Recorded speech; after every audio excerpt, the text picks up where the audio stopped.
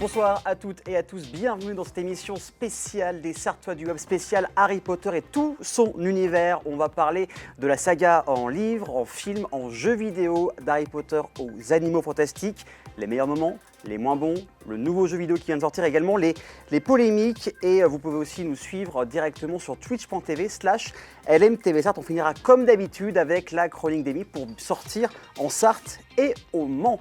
Eh bien, j'ouvre cette nouvelle table ronde. C'est parti. Je l'ouvre.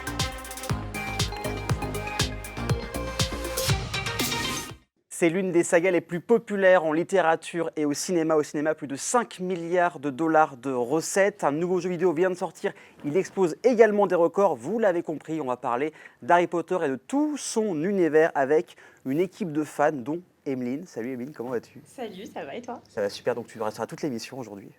Trop bien, je suis trop contente. Et tu es quelle maison? Je suis une Serpentard aujourd'hui. C'est pas étonnant, pas du tout étonnant. Ah, c'est hyper méchant ça. Non, c'est réaliste. Jocelyn, comment vas-tu? Bonjour Aurélien, ça va, super. Donc toi, tu es un fan d'Harry Potter. Oui. Je rappelle, gérant de Secrètement, où tu as un escape game Tout à fait. qui s'inspire énormément d'Harry Potter. C'est ça, l'école de magie hors Béliard. Donc on en parlera tout à l'heure en troisième partie d'émission. En plus, il y a de la nouveauté qui va arriver. Exactement. Donc ça, il faut suivre ça de très près. Et Pauline, bienvenue à toi. Comment vas-tu? Bonjour Aurélien, merci, ça va. Donc toi, tu es une Gryffondor. Oui. Ça peut paraître peu original, mais c'est juste la meilleure des maisons en fait. Et ben voilà, ça c'est dit. Et dites-nous dans le chat dans quelle maison vous êtes dans la saga Harry Potter. Donc on va parler des différents films. Et en parlant des films, j'aimerais savoir pour vous quel est le meilleur film ou le film qui vous a le plus plu. Alors Amy et Pauline, vous avez choisi le même film que vous avez le plus aimé. Et c'est le sorcier. Voilà, le tout premier. Alors Amy, pourquoi celui-là? Alors pourquoi celui-là, moi? Parce que c'est pas très original, mais comme je suis une vieille personne, Non. un peu, c'est le premier DVD que j'ai eu déjà, Ok. parce que c'était le moment où on passait des cassettes au Des DVD. cassettes vidéo, voilà, au VHS, c'est vraiment au à DVD. l'ancienne, pour le coup. Et c'était mon premier DVD, et en fait, j'ai trouvé ça tellement fou. Tellement, c'était un univers tellement incroyable, tellement féerique, tellement magique, avec de l'intrigue. Et du coup, c'était juste extraordinaire, quoi. Donc, à tout jamais. Le tout premier, la découverte de cette saga. Pauline, à peu près la même chose? Eh bien, moi c'est plutôt parce que mon papa m'a offert le livre, le premier livre en fait, qui m'a lancé un petit peu dans cette nouvelle passion. Et pareil, en fait, c'est l'introduction à la magie. Plein de nouvelles choses, on découvre tous les personnages, l'univers. Donc Voilà, le livre, c'était d'abord le livre et après les films, c'est Oui. ça? Oui, D'accord. oui. Ok. J'ai été introduite à l'univers par les livres et après par les films. Et comparer, c'est vrai qu'il y a beaucoup d'éléments en moins dans les films par C'est rapport aux vrai. livres, mais en tant que comparaison des livres par rapport aux films, tu trouves que ça reste plutôt fidèle à ce qui avait été écrit par J.K. Rowling? C'est fidèle. Après, je suis ni team livre ni team film. Pour Ok. moi, les deux ont leur importance, ont leur magie, ont leurs points communs, leurs points positifs et négatifs. Donc voilà, livres et films sont Oui, complémentaires. j'ai pas en fait, d'attrait c'est ça. particulier pour l'un ou l'autre. Pour moi, les deux sont complémentaires. Alors vous deux, c'est le premier film, mais Jocelyn, c'est pas le premier film que tu préfères. Non, mais alors attention, j'aime tous les films. T'aimes tous les films, mais il y en a un qui sort du lot, bien sûr. Bah, disons que si je devais classer, il y en a un qui arrive en premier, ça va être Le Prisonnier d'Azkaban. Ah, je suis d'accord. J'aime beaucoup. Ouais. Parce qu'on a un côté plus sombre déjà par rapport au premier et au deuxième. Oui. Donc on a un côté qui devient déjà plus adulte. Harry Potter rentre dans la maturité. Il n'y est pas encore, on le sait, on le trouve plus tard. Mais il y a aussi ce côté plus magique avec l'histoire du retourneur du temps. Toute la partie où ils refont la même scène, les mêmes scènes derrière, mais d'un autre point de vue, avec ce retourneur de temps qui reviennent dans le temps. C'est magique, je trouve. C'est extraordinaire cette scène. Et il y a même, si vous regardez sur YouTube, ils ont fait un montage avec les plans qu'on voit avant et avec le retour de temps. Et on voit vraiment la différence. Donc c'est aussi beaucoup plus sombre. Le réalisateur aussi, Alfonso Cuarón, est quelqu'un qui fait des films un peu plus adultes, mais ce fut vraiment le début de l'adolescence dans la saga d'Harry Potter. On va continuer avec toi, Jocelyn, parce que je vous ai demandé aussi de choisir une scène qui vous a marqué. Et là, on va directement à la fin des films. À la fin des films. Le combat final. Le 8e film, donc Harry Potter, la relique de la mort, partie 2. Ouais. En fait, j'ai choisi cette scène tout simplement pour sa musique. Le combat final, en fait, il est extraordinaire. Déjà, Avec le sort que lance McGonagall pour protéger le château, tous les profs qui s'unissent ensemble pour protéger, faire une bulle autour du château, mais en plus sous un fond musical extraordinaire. J'adore cette scène et à chaque fois elle me prend au cœur, quoi. Donc ça me rappelle un peu, si on compare avec Star Wars à la fin de l'épisode 3, enfin, c'est très épique en fait, c'est ça. C'est ça, c'est un côté très épique. Donc à revoir, en tout cas ça donne envie de revoir quand vous voyez les images.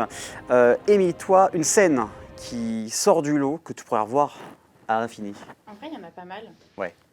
J'aime bien le moment où justement Hermione fout une bonne droite à Draco Malfoy.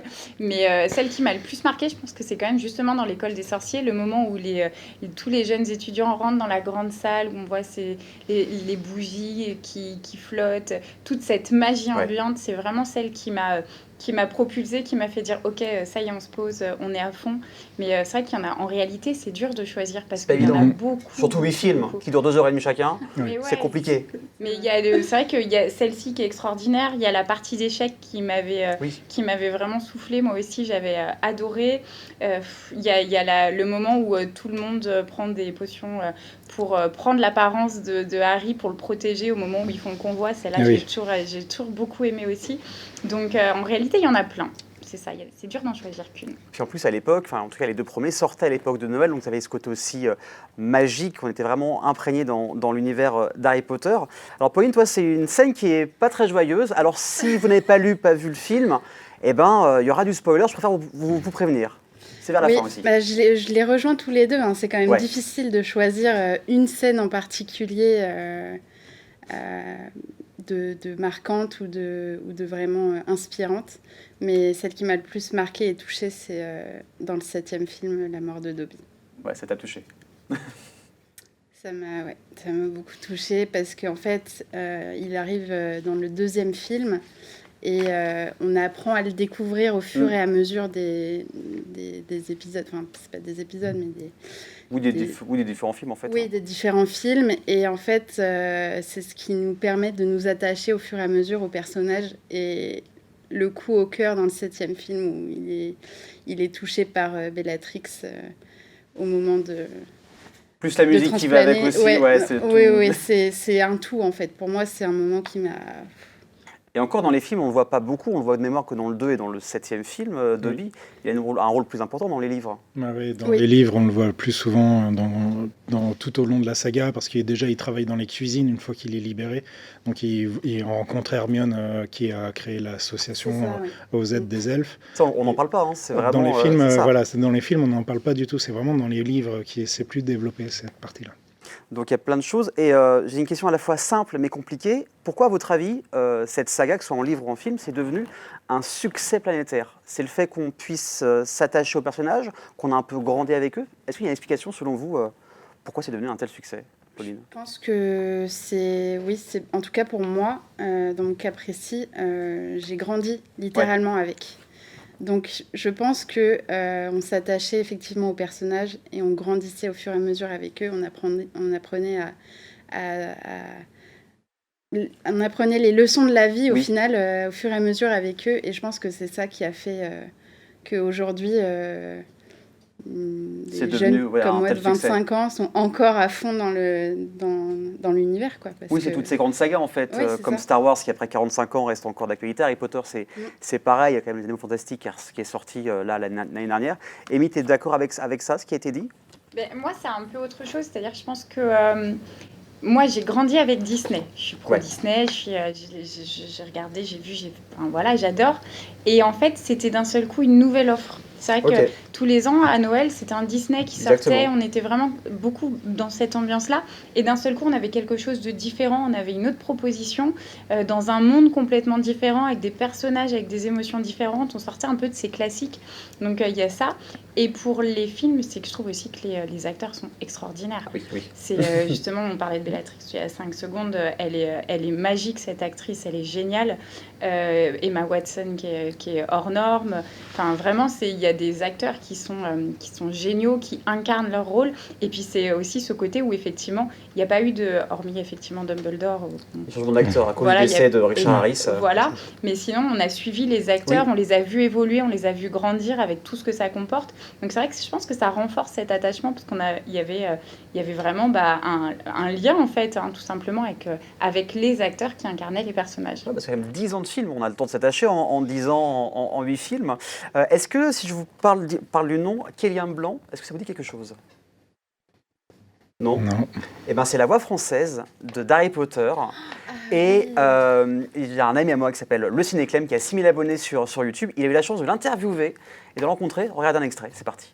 Mais il y a une anecdote que je ne connais pas, que j'aimerais vraiment savoir. Dans La Chambre des Secrets, le deuxième volet donc, tu doubles Goyle à un moment. C'est vrai que oui. Oh, qu'est-ce que je me suis amusé à faire ça. Mais je veux savoir ta réaction quand faire du Harry Potter sur un autre personnage. Goyle, ah ouais, non mais il faut savoir qu'on était pas très sage avec Olivier. Et donc pour trouver le ton juste pour faire Goyle, ça nous a pris du temps parce qu'on faisait n'importe quoi du coup, parce qu'on partait sur une voie de dessin animé parce que ça nous faisait rire, mais en fait c'était pas du tout ça qu'il fallait faire. Et aujourd'hui, à l'ère d'internet, des conventions, des cinémas, ça prend une autre ampleur. Voilà, une ampleur qui est complètement différente et c'est trop bien parce que ça nous révèle et on a plus de contact avec le public du coup. Bien sûr. Mais à côté de ça, le doublage, ça reste un travail de l'ombre. Et il faut nous on est au service du comédien original et il faut surtout pas que ça devienne, qu'on se le réapproprie à nous et qu'on se montre. Pour moi, c'est vraiment un métier de l'ombre, c'est réel, on est vraiment au service de quelqu'un, on n'est pas là pour se montrer, pour se vendre. Mais tu es conscient que tu as contribué au succès en France. Évidemment qu'il y a cette partie-là et qu'on ait cette reconnaissance, c'est très très bien. On est derrière, on passe derrière et on essaie de faire au mieux, aussi bien que l'acteur original au final. Bien sûr. Et alors comment t'expliques aujourd'hui que les fans ont envie de connaître le visage derrière la voix? Il y a cette notion-là grâce aussi à la révélation des animés. Il y a eu une explosion des animés là, ces dernières années. Et du coup, je pense qu'il y a une partie de cette reconnaissance qui est arrivée avec les animés. Et je pense effectivement un doublage, pour moi, ne sera jamais aussi bien qu'une VO. Parce que la VO, c'est l'acteur original qui le fait et tout ça. Mais en France, on est clairement les champions du monde du doublage. Totalement Donc d'accord. Donc l'interview de Kélian Blanc, c'est sur la chaîne YouTube du Ciné-Clem. Est-ce que vous avez déjà vu à quoi ressemblait l'acteur qui doublait Radcliffe au cinéma? Ouais, je l'avais vu moi. Non. Non. Même pas. Oui, je l'avais vu, mais je n'avais pas son nom spécialement en tête. Donc voilà, vous avez le nom maintenant et du coup, à quoi il ressemble. On parlait des bons films, on va parler des moins bons. Est-ce qu'il y a un film qui, pour vous, est moins bon que les autres dans cette saga-là, Jocelyn? Alors moi, ceux que j'aime le moins, je rappelle que je les aime tous, mais oui, voilà. ceux que j'aime le moins, dans la saga Harry Potter, sans compter les animaux fantastiques. Ça, on en parlera en seconde partie de Voilà. l'émission. Ouais. Mais c'est La Chambre des Secrets. D'accord, le deuxième. Je sais pas pourquoi j'aime pas ce film, notamment parce que c'est Harry qui est encore gosse à l'époque. Dans le premier, on découvre l'univers, donc c'est trop cool. Dans le deuxième, on l'a déjà découvert, mais c'est toujours un gosse et je saurais pas te dire. Et moi, j'aime pas Dobby. Ah, ouais. ça va trop mal. Il y a Dobby, pas Dobby. Donc, oh là là, mince, alors. Après, c'est mon avis à moi, c'est pour ça que sa mort m'a pas du tout touché. Mais aucun cœur. Jocelyn n'a aucun cœur. Il est mort. Mais, désolé. Mais voilà, non, Harry Potter, en fait, c'est aussi l'introduction de Dobby m'a fait... Enfin, j'ai pas aimé du coup. Là, D'accord. parce que c'est un personnage qui est certes intéressant, mais la première fois qu'on le voit, c'est quand il fait des conneries pour que Harry Potter se fasse virer. Il saute sur l'île d'Harry Potter. Voilà. Donc c'est aussi pour ça, je crois que j'aime pas la Chambre des Secrets. Donc le numéro 2, c'est vrai que c'est rare qu'on parle de celui-là quand les gens aiment le moins. Amy, que tu aimes le moins, ou alors pareil, tu les aimes tous, et c'est compliqué de dire « Ah non, celui-là, c'est pas top ». Non, je pense pas pouvoir dire qu'il y en a un que j'aime moins. Déjà, moi, j'aime bien le 2 parce que j'aime bien Mimi Géniard, elle me fait rire. Oui, aussi. Donc je pense que je peux refaire sa voix des milliers de fois tellement ça me fait rire. Non, il y en a pas un que j'aime le moins. C'est tous, ils ont tous leur intérêt, ils apportent tous quelque chose à l'intrigue. Après, peut-être que la coupe de feu, malgré tout, pour moi, était un peu long parce qu'on en fait beaucoup autour des autres personnages alors qu'on sait qu'ils resteront pas. Bon, il y a la petite intrigue amoureuse qui commence à se mettre vraiment en place entre Ron et Hermione, mais peut-être la coupe de feu à la limite. Si vraiment je devais en choisir un par dépit, ce serait celui-là. Et c'est pas la première fois qu'on parle de la coupe de feu comme le moins bon de la saga Harry Potter. Pauline, toi, si t'en as un vraiment. que tu devrais dire qu'il est moins bon, ce serait lequel? C'est difficile encore une Ouais. fois, mais pour rebondir sur Dobby, je vais pas forcer. Au début, il veut protéger Harry Potter, en fait, en ne l'envoyant pas Oui, à Poudlard. ça C'est fait pour tellement ça que- mal, en fait. Ouais, non mais je... J'avoue, il a un petit côté agaçant. C'est ça, il est Oui, agaçant. oui, non, donc, mais je comprends le point de vue, mais du coup, voilà, moi, le 2, je l'apprécie. Ce serait plutôt, oui, peut-être le 4, Le 4 aussi. la coupe de feu, oui.